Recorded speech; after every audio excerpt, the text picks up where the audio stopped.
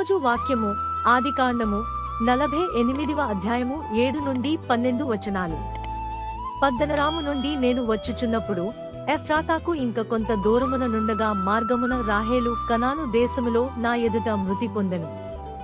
అక్కడ బేత్లెహేమను ఎఫ్రాతా మార్గమున నేను ఆమెను పాతిపెట్టితినని యోసేపుతో చెప్పెను. ఇశ్రాయేలు యోసేపు కుమారులను చూచి వీరెవరని అడుగగా, యోసేపు వీరు నా కుమారులు, వీరిని ఈ దేశమందు దేవుడు నాకనుగ్రహించెనని తన తండ్రితో చెప్పెను.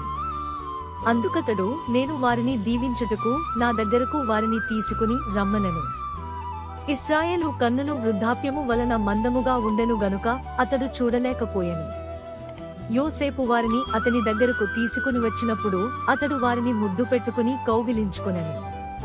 ఇశ్రాయేలు యోసేపుతో, నీ ముఖము చూచెదనని నేను అనుకొనలేదుగాని నీ సంతానమును దేవుడు నాకు కనుపరచియున్నాడనగా, యోసేపు అతని మోకాళ్ల మధ్య నుండి వారిని తీసుకుని అతనికి సాష్టాంగ నమస్కారము చేసెను. దేవుడు ఈ చిన్ని లేఖన భాగాన్ని దీవించి ఆశీర్వదించునుగాక. ఆమెన్.